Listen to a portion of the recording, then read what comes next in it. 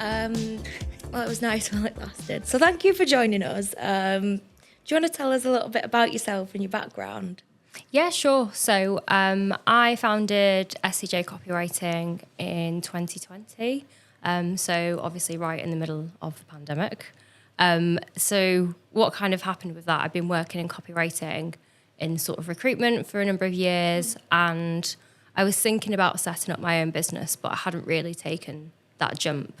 However, the recruitment agency that I joined prior to the pandemic, they were already going to make cuts, and I'd been there like 2 months. So obviously last in, first out. So I thought, right, okay, well, if I'm thinking about doing this anyway, then it makes sense to, finally give it a go, because I've got nothing to lose at this point and everything to gain. So I thought I'd finally put all my copywriting skills to good use, set up a business where I'm primarily working with B2B clients, so lots in the consulting space, digital marketing agencies, smaller SMEs like tax solution companies as well. And it just gives me a bit more opportunity to humanize B2B, because I think it still has this reputation for being quite sort of stiff and corporate. And actually what I do is kind of turn that on its head and make sure that we're looking at more of a human approach. So yeah, that's what I'm trying to do anyway. Well, I feel that. I mean, we work with a lot of B2B companies, and how do you find working within compliance when it comes to content production? It seems to be a lot of people getting involved, and everything just takes 10 times longer than it should do. Yeah. So yeah, it's just trying to get stuff through and making sure that, all the I's are dotted, the T's are crossed. But yeah, it takes a lot of patience, shall we say. So were you a recruiter, or were you No, I was doing content within a recruitment company? Yeah, that's right. Okay. So I was doing digital marketing for recruitment firms. So Okay. you kind of see the other side of the chaos. And it's quite interesting. Very sort of quick, pressured environment. So I suppose from going from that to then being able to control things a little bit more and do what I wanted to do, it was, like a breath of fresh air, really, because it is a bit of a pressure cooker environment to be in. Do you find that you sometimes can have your creativity stifled by having to be so rigid with compliance? Yeah, because you know that what your output is, and it is quite limiting, that, it's literally just a case of not churning it out, but you can't really sort of go off-piste with it in any way. It's just kind of, right, well, There's limits. This is a brief, I just have to do it, and not think too much about what could have been, because then it'll just be like really creatively frustrating. One of the biggest frustrations we have as a team is waiting for client approval, isn't it? From a compliance point of view, etc. And then you could be waiting months and months, and then suddenly that's no longer applicable, because the law might have changed, or the landscape's moved. I know it's a regular frustration we get back from the team, and I think it feels like everyone's just banging their head against the wall sometimes, doesn't it? I mean, these guys are closer to that than me, but I hear about it, and it just seems to be the one thing that stops us from really just running. But then, on the other hand, you don't want to publish something, I guess, and it'd be wrong. Yeah, exactly that. You've got to do everything by the book, and you know that, but it just means that I think it also then has a knock-on effect of other clients that you're juggling as well, because you're then trying to plan your time accordingly to, what you're going to fit in and when. And then if something's just taken so long to get over the line, it just feels like, one, you're not actually getting there. Your focus is kind of lost a little bit because you're having to juggle other things in the meantime. And then when everything finally comes back round, it's like, right, complete change of heart, jump on board. And then the deadline seems to be so close then, and it's all hands on deck. So it's not great organisation-wise as well, I think. No, it's difficult, isn't it? Because we've worked out, haven't we, the amount of time wasted in effect of just content which hasn't been published because we're waiting for approval. Yeah. But God forbid you ever actually gave that number to the client, because they're going to go, well, that's never gone live, so we want that money back, actually. Yeah. So you could just never say it, could you? So that's where it gets really tricky, I think, because I just go, well, you know, we've done the work, but a client will go, well, but we want results. Yeah, and I suppose then it comes back to kind of communication with your client, of making sure that they're fully aware of the repercussions of not getting it through at this point, that, you know, it's not going to be driving the impact or the results that they may want. And I get that that's going to be equally frustrating for them and for you guys, but that's the way that it is. And Yes. How do you communicate with your clients? Do you do email? Do you use sort of a system? Or? So a lot of it will primarily be over email, but I tend to like to work around clients' needs. So you'll get a lot of Slack channels, which is just a little bit easier sometimes, because if you go into your emails and there's just a sea of things you need to do, you then lose track of why you went in there in the first place. So Slack. I don't tend to do WhatsApp or text, just because I kind of need to set a bit more of a boundary. Yeah. Intrusive, isn't it? Yeah, it's a little bit much, and I think I did that in the early stages, but got burnt very quickly. So I thought, right, well, this is not a good idea, so let's switch this up. Yeah, we've noticed that, haven't we? So we've put a couple of parameters in, haven't we, now? So we're getting office phones and things like that to stop the WhatsApps. We tend to use Basecamp, don't we, I think, as a general rule of client comms. I mean, internal, we use Asana, don't we? Yeah, we do. We like Asana. We love Asana. We came away from Slack, didn't we, I think, a few years ago. Yeah, we did, yeah. But it's interesting to hear that somebody who's working in a very similar space to us is having the same issues. I think, what's the solution? Maybe not go insane. Just leave the industry, do something else. Quit. Patience is probably the diplomatic answer, but there's probably other means of coping.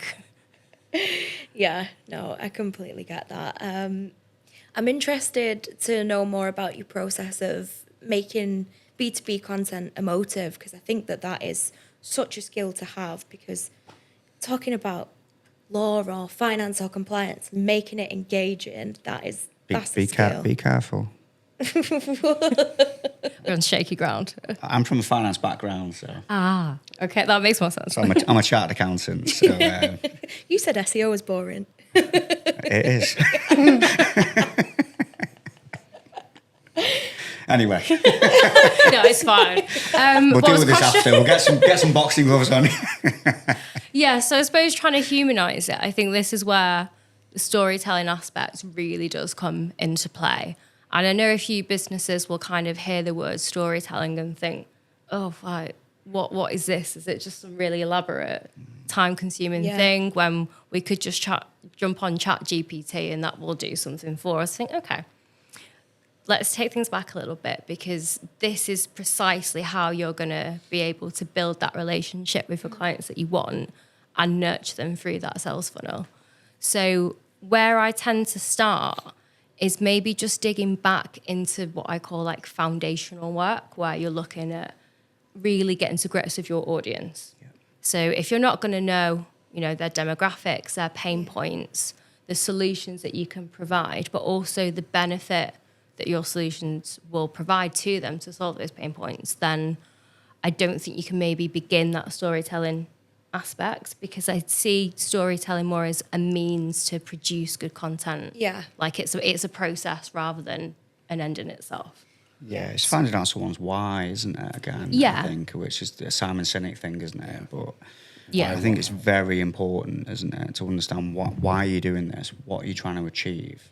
That's where the emotion What's comes the from. end goal, yeah? Because if you don't understand the other ones, you can't possibly put some emotion into it, can you? Yeah, exactly that. Like, you can't just sum something up and expect to tell a story if you've not got an idea of what that story needs to be about. Like, you've got to write your plot before anything else. So at that point, if you know your audience, that's when you can start, thinking about like your characters, your narrative, what the end goal is. And that can be in the form of even like a testimonial. Yeah. You're presenting a client's problem the journey they went on to get the solution, and how your company provided that solution to them. So I think just basic things like that works really well, but storytelling is a bit of a buzzword and people can be a little bit in fear of that, but it's much more easy to do. And once you get that understanding of what you're doing and why, then that's when it becomes so much more easy to create that human-led content. It makes a lot of sense, doesn't it? Yeah, it does. And I think When you think of it like that.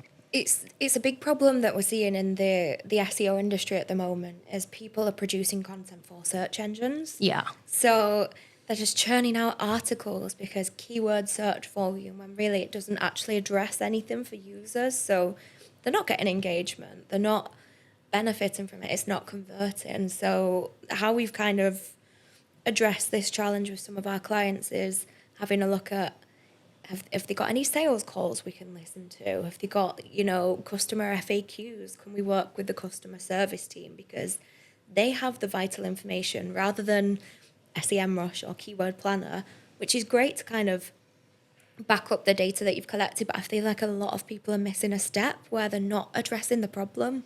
Yeah, I fully agree. Like, I know a lot of people love tools and it's seen as like a quick fix for a problem, but actually there is nothing that will replace those conversations with your clients and their teams. And that should be a fundamental part of any sort of digital marketing process. Yeah. Conversion and lead generation are two completely different things, aren't they? When you think about it, they are, aren't they? Yeah, absolutely. When you think of customer journey, you're probably going to want to speak to someone, or there's going to be some sort of involvement at some point. And any level of content, SEO, it can't replace that, can it? No. In my opinion, no. So what do you think companies are doing wrong? Well, I know we've probably skirted around it a little bit, but with AI, for example, it's seen as the classic quick fix. And I know at the moment that there is so much hype about it. Like even me writing content for my clients that are hyping up AI, and I thought this is a little bit ironic that I, as a human, am writing about how amazing AI is. Like it's kind of a cruel irony in a way, but it is just seen as this all-encompassing solution. And considering where the technology is at the moment, I don't think it can quite deliver what businesses are expecting it to deliver. No. Have you had any feedback that, let's say, a client's come to you and said they could replace you with AI if you had any? See, I personally haven't, purely because I tried to market myself as taking a more humanistic approach to copy. The clients that would maybe do that are maybe not the clients that would match well with me. Like I wouldn't be good for them and they wouldn't be good for me. So that's the way it is. But I know some other copyright business owners that have had that pushback. And I don't think have we had any? I No, don't think we have we? We've had clients ask how we can optimize to be featured in ChatGPT, and that made me die a bit inside. Oh my God. Oh. I was like, no, that's not really what we want to be doing. I feel like my soul's died a little bit. I feel like not a lot of clients know either that they're going to get penalised as well for excessive use of it. Yeah, I mean, there's been a helpful content update in March that's reduced 45% of unhelpful content, which is mostly AI because it's crap. Yeah. It's really, really... I don't know if you've seen recently, but Google started testing like generative AI results. Yeah, I did, yeah. And like typing in name fruits that end with and it's saying like bananum and strawberryum. And now it's just like everyone's panicking and it's stupid. But I think that the thing is like AI is learning and that's part of it. But people are so impatient that they're not going to wait for the tool to catch up and become smarter. I think it's crucial to like hit the ground running with these sort of things. Otherwise, it will be seen as a fad or it won't be trusted forever. So I think we shouldn't be as worried about AI as we are, if I'm honest with you. Yeah, I agree. Yeah, I agree as well. I know we did a podcast where I joked, didn't I, that I've seen Terminator 2 too many times. Yeah. But I was only joking. I feel the furore of it all has died down a little bit. Yeah. A few months ago. I think it has. I think people have realised that it's good for certain things. Like, I think it'd be the best chess player in the world in a game of chess, I think. But that's logic, and that's just information that we've put into it. It Yeah. doesn't have, in my opinion, to my knowledge anyway, the ability to learn. And that's... Chess is a finite thing, though. There's only so many moves. There's only so many moves, Yeah. exactly. It doesn't have the ability to... I don't think AI could create itself. I might be wrong. I don't think it can improve itself. Again, I might be wrong. It's just It's- scraping, isn't it? It's yeah, a matrix of but it's- information that it's drawing from. Yeah, exactly. Yeah. But on the flip side, it's don't be scared of it. Because I was speaking to my mum this weekend, and she was chatting about AI, and I said, you know, you watch a film on Netflix and it's just something else. That's actually AI. And she was like, is it? I went, yeah. I said, it's using an algorithm. I said, don't be afraid of it. Yeah. You know, Siri, you know, Yeah. and Amazon Echo, you know, they're AI. Don't be scared of them. I Yeah. think Just use them. when it comes to content as well, the great thing about content is that it does connect businesses with the customers, and like AI doesn't understand the subtle nuances of human connection to be able to deliver content that really resonates. I think that's why we shouldn't be scared. Yeah, I think I agree, because it will just kind of, it's more about command-based work at the moment with AI, and whether you can actually get it to the point where it can, you know, make decisions, and there's like a humanistic Yeah. way to approach that decision. I mean, I'll wait. We try and break the robot, don't you? When you're on a chat, you just try and break it, don't you? You just start putting swear words and stuff in it, just mess with it. Eventually, get through to a person, won't you? Yeah, it's not where people think it is. I don't believe. I don't believe. We But might we're all eat alright. our words. We're all right for a few more years. Yeah. We're not Terminator 2 yet. No. Not yet, no. But when we do get to Terminator 2, that's when it's going to get interesting. Yeah. That's where we all become John Connor, isn't it? So what other mistakes are businesses making at the moment, and how can we fix them? I think a lot of businesses maybe don't think about their target audience. And I know that might seem like a really obvious point to make, but it's so easy for businesses to just be like, right, let's just go straight into sales mode. And this is why we're great. This is what we do. And actually, like, okay, well, Yeah. have you even thought about who you're aiming at? Because it kind of seems like not. So I think, you know, just slow down a little bit and plan and organize a bit more about, you know, even just digging down into your brand and think, right, okay, what is our key message? What do we offer? What are our values? Yeah. And how can we utilize those values to connect with the people that we want? All of that just goes straight aside because, you know, there's something that needs to be promoted on LinkedIn. And again, I suppose it's that kind of lack of patience, and we're in this always on culture. And then you have to kind of fit into that brand tone of voice as well, which stifles you even further because that doesn't allow space for that why sometimes. It's just there and it's very rigid and you have to use them buzzwords and that's it. That's the product. Yeah. You can't really go outside of that. Yeah, there's a lot to be said for thinking time, which is not really factored in anymore. And I don't know if that's something that you guys fall into Yeah, as well. we see it all the time, don't we? And I think it's quite a famous expression, but I use it all the time. It's a case of throwing shit at a wall and seeing what sticks, isn't it? And Yeah, and my it's- mother says that quite a lot, yeah. She a mank as well, yeah. Very strong Salfordian. We love Christy. But it's true, isn't it? It's a Yeah. case of, I mean, I do it sometimes on my personal, you know, LinkedIn, things like that. I look back at my post and I'm like, what? It was just a posting for posting's sake. I do this. That's not bringing any value to anyone. It's just me ticking a box in my own mind of getting something out there. Yeah. It's not doing anything. Yeah, I think you've hit the nail on the head there, because this panic of, you know, always posting and making sure that you're beating the algorithms. There is that kind of panic of, oh my God, like I haven't posted on LinkedIn this week. And I think, well, are you ready to sort of bring something to the table that is valuable, or are you just posting for the sake of it? And are you just posting for your peers or for the people that you actually want to attract? Yeah, I think Gary Vaynerchuk kind of ruined that for everyone, didn't he? Because he just says post 25 times a day. Yeah. And then if you come back and go, I'm not getting income, he goes, oh, just post 50 times a day then instead. And he was just a case of just keep going and going and going. And I think that's confused people. Yeah, massively. It's the quantity over quality Yeah. scenario all over again. Numbers game. Yeah. And it's pretty bad, isn't it? I mean, we're all trying to, well, I think we're all trying to work on our personal brands a little bit better, aren't we? And Hayley's smiling at me. Yeah. But it's tricky, isn't it? Because I post a lot about things outside of work because I do find my background quite boring. If you say so. Yeah, well, not my personal background. That's really interesting, but I mean, I'm a chartered accountant. Who wants to hear about that? We do SEO. Who really wants to hear about that? I think people work with people, and so I try to post things that mean a lot to me. That doesn't necessarily mean it means something to someone else, does it? And I think it's very tricky to get that balance, I think. And I know Hayley doesn't post because I know she is scared.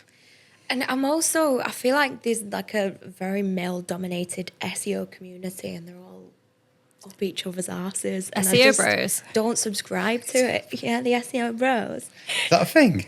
It is now. Yeah. We're going to make is. it, so. Yeah. Trademarked. Hashtag SEO bros.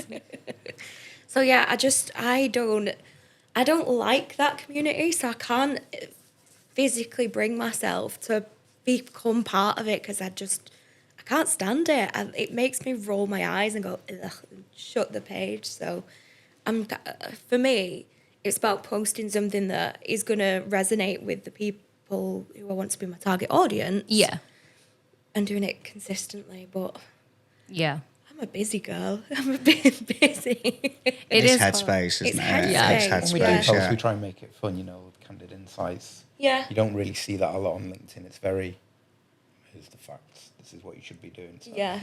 this is what's going on, but have a laugh It's, with it. it's wishy-washy, isn't it, LinkedIn? It's kind of Too serious. weird, I think. Too serious. Oh, Because X has gone very weird. Or don't. I can't go on Twitter that much anymore. It's gone, I mean, Threads may as well close. That's just nothing in my opinion now. No, do you remember when we did a podcast on it? We were like, the next big thing. And like, No, it's awful. It's awful. We didn't say it was going to be honestly. the next big thing, though, did we? No, we were just. No, we just were- said it looked Question pretty mark. sleek, didn't we? And I think Yeah. that was as far as we went. But X has gone bizarre. The adverts on there are very strange. Yeah. I find myself blocking more than scrolling. Yeah, exactly that. I'm seeing I still- unsavoury things every day. I do still And I- go on it every day, though. That's the problem. Yeah, same. I'm like weirdly addicted to like the trauma of it. There's a lot of violence on there, isn't there? Yeah. Fake news and I things mostly like go that. on there with the agenda of looking at Nintendo news. That's it. That's what I try and limit myself to because I'll be over there the next minute. Kind of get what you mean. I mean, I've not been on, X now for years and years, but it's interesting, isn't it? Because Elon Musk has bought the platform to promote free speech, like completely free speech. But do you think as a society we should be allowed that on such a public It's forum? too free. It's can't be too trusted. Free. It's too free. It's full of poison, Yeah. in my opinion, and I used to love it. Especially with like real world events that are quite gruesome and violent, and that is just wasn't accessible. Only what you used to see in the news. Yeah. But now it's in your face. It's right there, There's no filter. and is it's there? not good. No. It's like if we're seeing it, then children are going to be seeing it, and it's just such a shame. Isn't Yeah, it, that I don't that's- like my kids on social media. I mean, it's not an issue with Annabelle, but I've got an 11-year-old. Okay. She doesn't have any social media. She doesn't have any. She's going to set up a YouTube channel, but that's just to do a time lapse of her drawing some pictures and things Oh, like that's that. cute. Yeah, and that's it. That's as far as it's. I am gonna go. concerned about my children in 5 to 10 years' time. I mean, how much more in your face can it get, and how can you shield someone from that? I don't think it's a case of. The world's always been a bit of a nasty, horrible place, hasn't it? Yeah, but you'd only hear about it at 10 But o'clock on the news it's in or your in the face paper. now, isn't it? That's the problem. 24/7. Yeah, yeah. I mean, do you have children? No. No. I mean, I'm very, very fortunate. My eldest, she's so innocent, but a few of the people in her class are not so innocent. and I don't know what they're consuming. And then, you know, there's what's been said in the class and things like that. I know one of the boys got expelled for basically showing a video in class of something that he shouldn't. And you're just like, wow, that just wasn't a thing when we were younger, was it? No. No, I think we've all escaped it quite I'm well. I'm glad. Yeah. I'm 37. I think I just dodged it. Yeah, I think Facebook was becoming more of a thing when I was about like 15. Yeah, and same. looking back at that, I think I should not have been allowed to have that at the age that I was. I quickly deleted it. So let's get rid of I had that. MySpace. Oh, yeah, I loved MySpace. Yeah. Just because you could play music on your profile. Like, I Yeah. miss that so much. Yeah, I had like a lightning thing Yes. behind. Yeah, that was cool. Bring back God. creative social media. I love that. No, and Bebo. Did anyone have Bebo? I didn't have Bebo. I had a I MySpace. didn't have Bebo. MySpace, and I'd refused to go on Facebook for years. And then I just went on it to play games because I could play chess and things like that on there. I thought you were going to say Farmville. Candy Crush. Candy Crush. Pumping out invites to all your friends list. But yeah, As always, we've gone off tangent, haven't we? yeah. I mean, it's all relative, isn't it? Relevant, even. It's content. It's content. Content is to be consumed, isn't it? At the end of the Yeah. day. So Yeah, I think we just can't be trusted to have anything nice. I mean, I don't know if you've seen the portal between New York and Dublin, but they had Sorry. it up for like 2 weeks. This is just another example of why what's- we can't be trusted to have nice But that's what it things. should be used for. So I've not heard of it. it was basically a portal, and it was like a big Ring doorbell, one in New York and one in Dublin. So you could stand in front of it, and people, if you're in Dublin, people in New York could see you, and vice versa. But people just started posting. I mean, like doing some. I can imagine. Someone held God. up their phone to the camera, and then the other side in New York was a video of like 9/11. Oh my Yeah. God. I think a woman was humping the camera for like 20 minutes. I was like, why did no one stop her? Like 20 I mean, my main question is why? I'm off out. I'll be back soon. I've just got something to do. 20 Busy minutes girl. as well. She's a Busy girl. Yeah, we can't be trusted with things, can we? Where do you think technology is going to go then in terms of content? And so you think AI might be a bit of a red herring, if you like. Yeah, as things currently stand, but I don't think anyone really knows which way it's going to go. Yeah. You know, in the future, and I suppose that's why a few more creators are a little bit more concerned, because it's okay for now, but then what happens if I'm out of a job in like 10 years' time? So it is still kind of on the horizon, but I suppose more because it's the pace that we consume content is so quick. My concern really is how much burnout is going to affect creatives and, you know, digital marketers, because there's been so many changes in the past few years that marketers have had to navigate. Yeah. If you're then getting more and more pressure and the speed is becoming more and more intense, I question how that's going to be sustainable. I don't know whether social media is just stagnating and people will lose interest and something else will come along like it always does. But yeah, I'm more concerned about burnout, and I don't think that's maybe talked about as often as it probably should be in Yeah. digital marketing. I completely agree. I think, you know, particularly in the past 12 months, it feels like the pressure has just been dialed up, like from the goalposts are constantly getting moved as well. Yeah. And you tie that in with the bottlenecks of, you know, people needing to review and delays with the pressures that you get. Like, it's like you're getting pushed and pulled in all directions, isn't it? It's a crazy industry to be in at the moment. Yeah, I think it's always been the nature of the beast to some extent, but it's just the level of extremes it's now being taken to. And given that, you know, the economic downturn, and you're going to have CFOs looking more deeply into the ROI that's being produced from marketing and wanting to really recognise Nothing the wrong with value. CFOs, just Shout out for the CFOs. nothing wrong with finance people. But it's right to look into it, though. We're thinking, It's right, their job, isn't it? Yeah, It's of their job. course. Yeah. But it's going to be more intense given the climate that we're in. So there is that pressure and to deliver results more quickly. And it's hard. I'd say even the past 6 months, for me personally, have been the maddest that I've ever had. Yeah. It's because it's so much pressure, and I know every day things can change, but it's just like, it's just extreme. Yeah. Very Are you extreme. almost at saturation point then? Sometimes, yes, where you then have to look at your own processes and think, right, okay, well, how can we switch this up? Because this is, Yeah. getting a bit much, and we need to make sure that we're on it with this before we do get to a potential breaking point. Yeah. It's about looking after yourself personally as well, isn't it? Yeah, and I know like well-being again is probably like a bit of a buzzword, but just having like a walk or taking a step back or just having a day to just, cabbage. It's really important because we're not really that used to just having the downtime, and it's probably going to be even more essential in the future, I think. Yeah, I completely agree. We try and push it here, don't we? Downtime and well-being, but it's hard because people are busy and they go, well, I can't have time off. You can't really force somebody to take some time, can you? So it's tricky, without just literally turning someone's emails off. Yeah, And making them go. Because I don't have emails on my phone. I don't even. And I guarantee you Hayley does. I deleted them yesterday. You'll be very proud of me. Did you? Yeah. Wow. Well Yeah. done. Well done. Thank you. Well done. It's Yeah. honestly, there's nothing you can do about it. So if you've got emails on your phone, you're going to check your phone at 10 o'clock at night. Yeah. You're going to check your phone at 7 o'clock in the morning.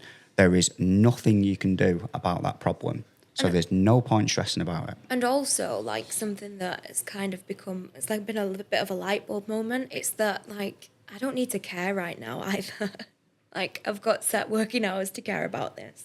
Why am I stressing about work at 10 p.m. at night? Yeah. And waking up early to stress about work because you don't live to work. No. It just should supplement your life. So it's like it's hard being in a like position of power to let go, isn't it? Do you ever find that?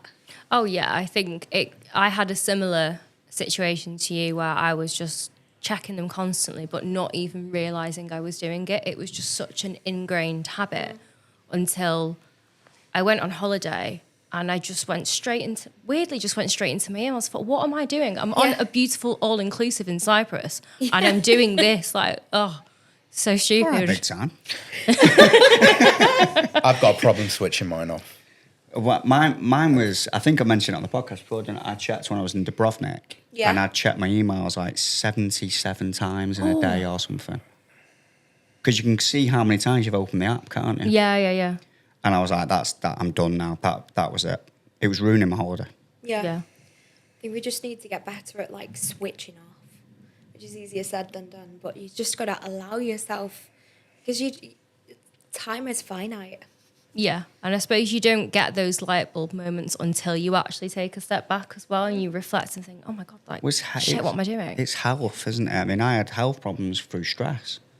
And it's stuff like that. And I'm like, fucking hell, and then you look back and you think, I've lost relationships because of work in the past. And I didn't have the best relationship with my eldest child while she was younger because of work. And you're like, it's just not worth it. No one in this room deals in life or death. Yeah, if we're working for the NHS or something, then you can I mean, understand that's it a little fine. bit more. I mean, But my best mate's missus is a midwife. She has to stay when the baby's yeah, born. But, other than that, We're not rocket surgeons. we're not. No. Rocket surgeon. Yeah. Rocket surgeons. I'm very intrigued by rocket surgeons what is now. a, Like, what is do a they rocket do? surgeon? I meant rocket scientist. Or brain scientist. Brain science. Brain scientist. Yeah. Rocket surgeon. Oh dear. We'll cut that bit. Yeah, we'll No, have to we're cut keeping that. that in. We'll keep that in. Yeah, we'll get that. I just want to be a farmer. I, I keep um, watching Clarkson's Farm. I just want to be a farmer. I just get FOMO because if I don't check them, I'm very nosy. I'm quite nosy. I wanna It's know part what's of my going on. problem, Yeah.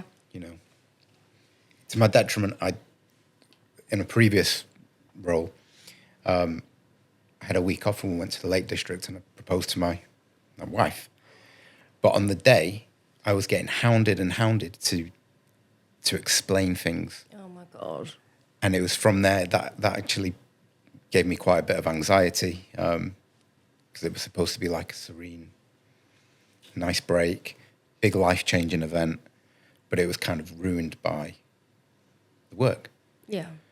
And yeah, you need to find, there's got to be a partition. You've got to, because a lot of people kind of don't speak about this or know or realize how much something like that can impact their health Yeah. and their mental well-being until it's too late.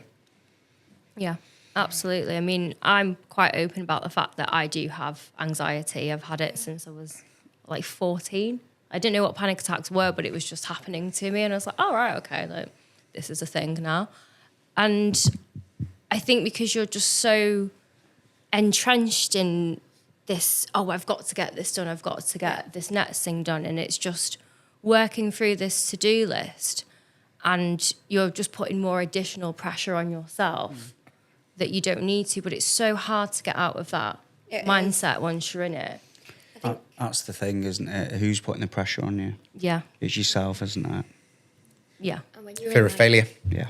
when you're in a space where you are anxious as well, it's hard to actually string a cohesive sentence together and actually get the task list done. So it's almost like you're in this position where you're like just bubbling over and you can't physically do anything to improve your situation. So it's important to switch off. Yeah, You also have that added that you don't have a peer above you who's like delegating or someone you can talk to. Yeah. You know, you have to manage that yourself. And Yeah. if you haven't got anyone to talk to, you have to find an outlet. Yeah, I think this is why having peers and having that sounding board is so essential, especially, you know, if you're like a one-person business like myself. That is one thing that I know a lot of people do struggle with. I've had times where I've struggled with that, but I've made adjustments to ensure that I've always got someone that I can talk to. And this is where your relationship building is really important with the people around you as well, because you will just go insane otherwise. And you just, even if you just need someone to rant to about, you know, the fact that there's delays in getting a project over the line, you just need to feel a bit less isolated. Yeah, I need to get back into it, but martial arts was always something that Oh, that's interesting, because I actually want to start kickboxing at some point. I'm My a very was a angry Thai person. boxer. Yeah, hey, Oh, wow. Okay, I'm so glad I came in. I'm a blue belt in kickboxing. Shut up. Yeah. I can moonwalk. So why is it important for businesses to get the content right? I mean, in a few words, you're not going to grow and you're not going to get the ROI. So you've got to really make sure that, you know, you get that sorted out. But I think there's this level of, well, I'd probably say more of a lack of understanding of how to create that content. Yeah. I think it's very clear for businesses to know what results that they want, but it's more about how that is going to be achieved. I think that's the main problem. Or I think websites that don't prioritise the content and have lorem ipsum that's still kind of on the website and just little things like that, and just that doesn't make sense. So it looks like it's been badly translated or anything like that. It just like decreases your brand trust as well. And how people navigate the internet at the moment is you'll have a look at the website, you'll have a look at the reviews, you'll have a look at the socials. It's like a very holistic approach, and it's all like trust building exercise, and your content ultimately is one of the ways that you build the trust and get the conversions in the first place. So yeah, I think there needs to be that overall strategy there, and I think that's what the problem is. Like, I can get if there's, you know, bits and pieces that need to be tweaked. I get that because, you know, business is busy and, you know, they might have just taken their eye off the ball in one specific area. Yeah. That happens. But to not have a strategy in place is, you know, it's a pretty basic, I think. What advice would you give to businesses who are looking to improve the content? I think you need to, well, if you're already putting out content, make sure that you're tracking your results of that, because that will dictate what you do next. Make sure that you've got a clear idea of whether the content you're producing is actually bringing in the leads that you want and it's tapping into the right markets, because that will then adapt and change your strategy accordingly. From there, you need to make sure that your content is really authentic and, you know, it's authentic to your brand and you feel happy about what's going out there. I think maybe sometimes businesses are maybe guilty of trying to say what they think people want to hear rather than it coming from a genuine place.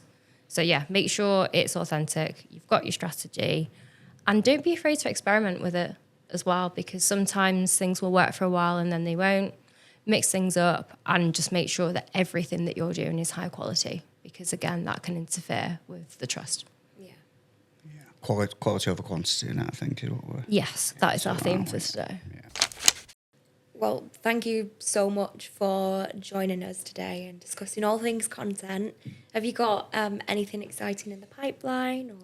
So I've just started providing consultancy services as well. So the idea of that is just to kind of help in-house marketing teams if they're a bit stuck, or if there's business owners that need a little bit more clarity and direction. That's something that I'm now doing as well. So might as well promote that while I'm here. So what is your nirvana copy area?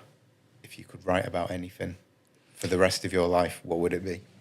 So alongside my B2B, I do a teeny tiny bit of food and drink writing because I am the greediest person. Yeah, Like, we're all foodies. in good company. yeah, we're all big foodies, foodie, yeah, MasterChef final on Friday, like really pumped for that. So I would probably say writing for the Michelin Guide would be fantastic. Amazing. If I'm going to reach, I'm going to reach high. So Yeah. let's go with that. I love that. That goes with... Remember that question I asked, what job would you do if you weren't paid?